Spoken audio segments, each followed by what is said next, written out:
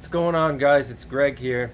Just wanted to do a quick video on what I think are the top 5 scenarios for SHTF or WROL that you should be prepared for. This is not meant to be like a very detailed list. It's only, five things. I'm gonna do another video about the more detailed things to prepare for, but these are what I call like the 5 basic SHTF scenarios that people should be prepared for. I'm gonna start with number 5, which is gonna be the least likely, and then I'm gonna go up to number 1, which is the most likely.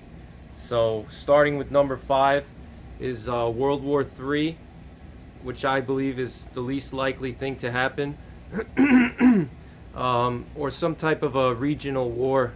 Excuse me.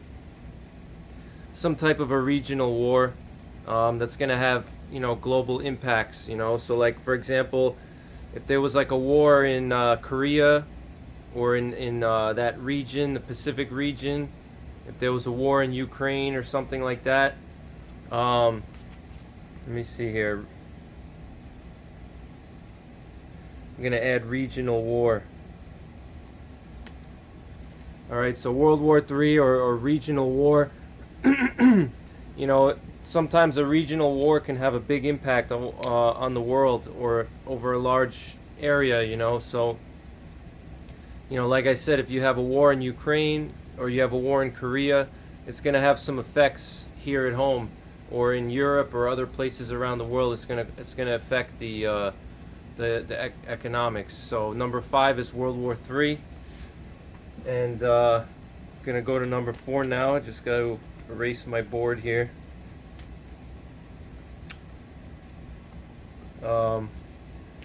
So number 4 is gonna be let's see, what should number 4 be?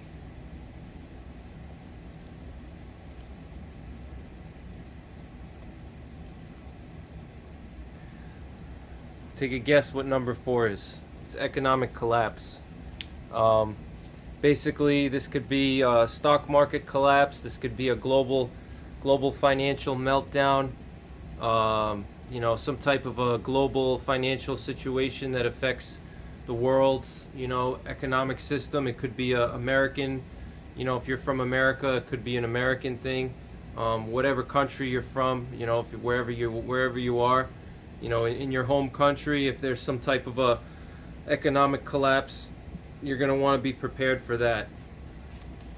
Let's see, number 3. See if you guys can guess what number 3 is going to be. Take a moment and think what you think would be number 3. I'm going to tell you what I think. Let's see, what's number 3?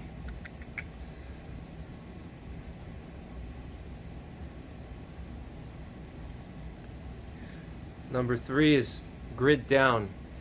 Alright, if the grid goes down, you're going to want to be prepared for that. The power grid, the power grid, it could go down for any multiple reasons. It could come down from a EMP, it could come down from a solar flare, it could also come down from a malfunction of some sort.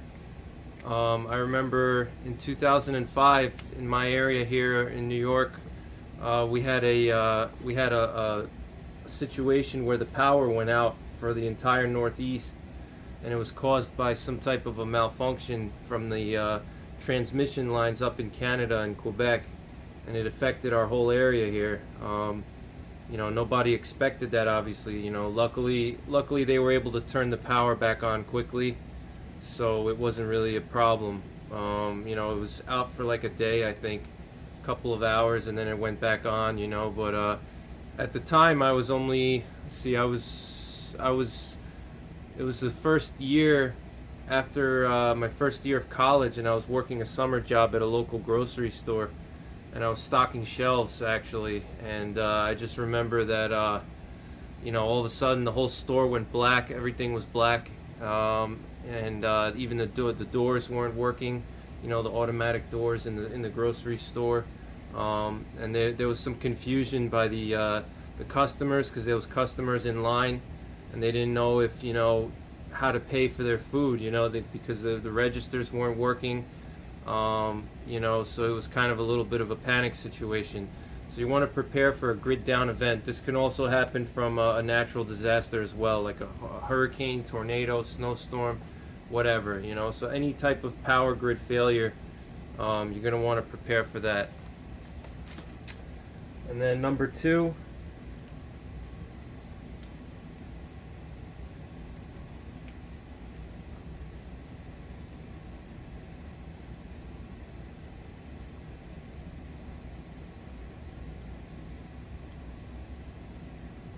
what I think number 2 is it would be terrorism.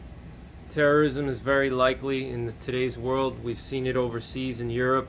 We've seen it here recently in the last 2 years. In New York City, we saw the guy with the van, and then we also saw, in 2016, there was a guy who put some bombs out throughout New York City. We've seen terrorism in different parts of the country, so I think terrorism is definitely something that you want to be prepared for. It's definitely much more likely than World War III or something like that. And then number 1, let's let the suspense build a little bit here. And number 1 would be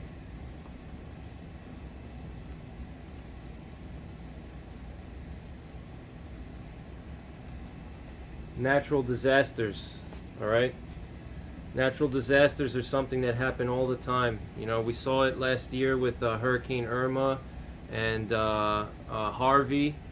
We've seen it recently with all the snowstorms here in the Northeast, Winter Storm Grayson. There's, natural disasters are common sense.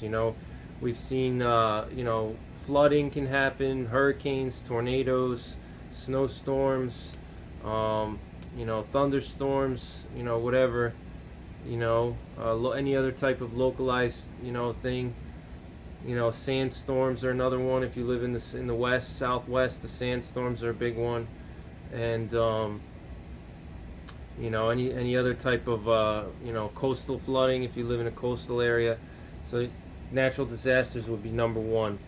So it's just a quick video here, just a short list. I'm gonna make more videos. Obviously I'm gonna do a more detailed list, but I just wanted to do a quick top 5 list, my personal top 5 from least likely to most likely.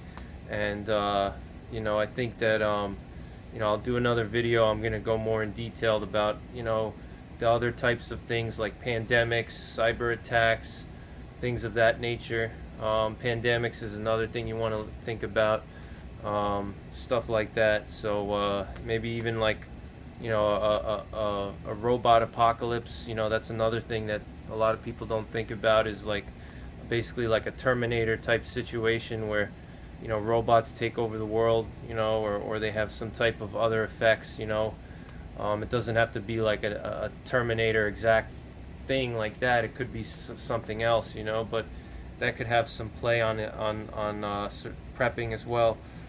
So I'm going to do another video on that, on some other things. So thanks for watching, guys, and stay ready.